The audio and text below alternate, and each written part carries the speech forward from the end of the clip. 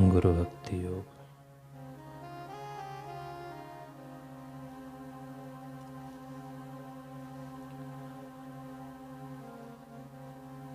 शिष्य को गुरु की आज्ञा का पालन अंतःकरण पूर्वक करना चाहिए।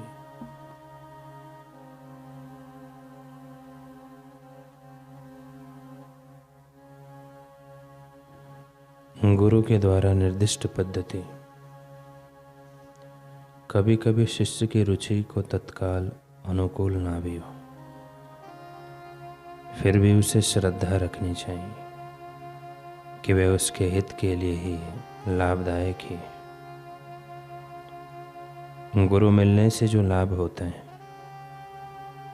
और जो मानसिक शांति का अनुभव होता है वह असीम होता है।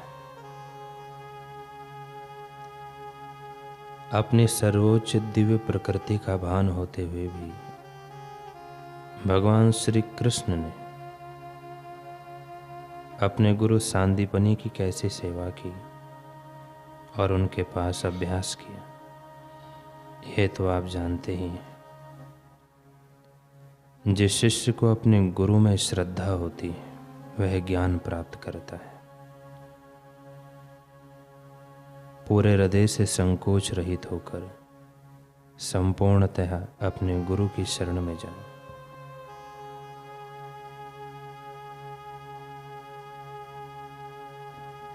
गुरु पृथ्वी पर साक्षात ईश्वर है, अतः उनकी पूजा करो। गुरु भक्ति एवं गुरु सेवा के फलस्वरूप आखिर आत्म साक्षात्कार होता है।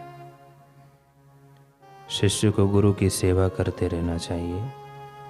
जब उसका आत्मसमर्पण पूर्णता हो जाएगा तब गुरु उसे सत्य का स्पष्ट दर्शन कराएंगे।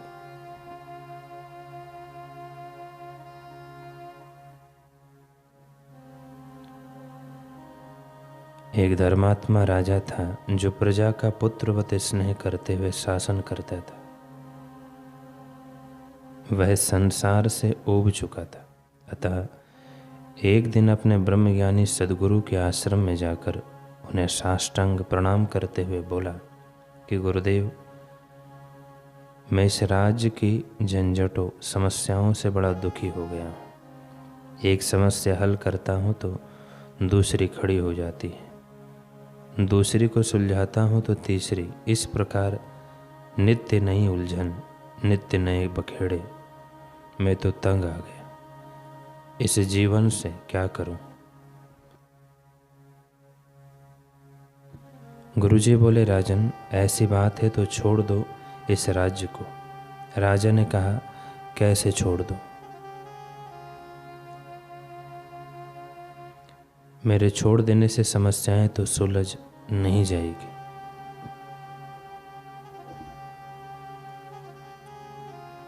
उल्टा सब कुछ तितर बितर हो जाएगा, अराजकता फैल जाएगी चारों ओर। गुरु ने कहा, तो ठीक है, पुत्र को शासन सौंप दो और तुम निश्चिंत होकर मेरे पास रहो।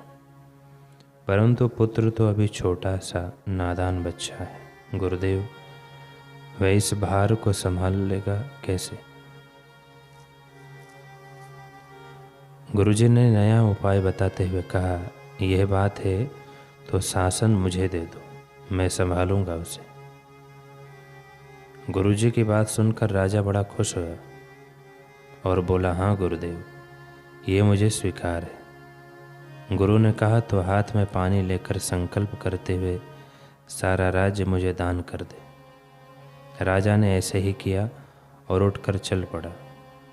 गुरुजी ने टोकते हुए पूछा, अब कहाँ जाते हो? राजा ने कहा, राजकोष से कुछ धन लेकर परदेश जाऊंगा, वहाँ कोई व्यापार करके जीवन चलाऊंगा। गुरुजी हंसकर बोले, जब राज्य मेरा हो गया तो राजकोष भी मेरा है, तुम्हारा उस पर अधिकार ही क्या है? राजा ने सिर झुकाकर कहा, सचमुच गुरुदेव, कोई अधिकार नहीं रहा मेरा। अब तो कहीं चाकरी ही करनी होगी। गुरुजी बोले, चाकरी ही करनी है तो मेरी कर ले। इतना बड़ा राज्य है मेरे पास, इसे चलाने के लिए किसी न किसी को तो रखना ही पड़ेगा। मुझे सेवक की ज़रूरत है, तुम्हें मालिक की ज़रूरत है। बोलो, करोगे मेरी नौकरी? राजा ने खुशी से कहा, हाँ जी करूँगा। गुरुजी ने आदेश दिया, तो जाओ, आज से मेरा सेवक बन के राजकाज करो। देखो, वहाँ तुम्हारा अपना कुछ भी नहीं है। याद रखना, भला हो या बुरा हो, हानि हो या लाभ हो, सब मेरा होगा। तुम्हें केवल वेतन मिलेगा। राजा ने स्वीकार किया, लौट कर शासन करने लगा।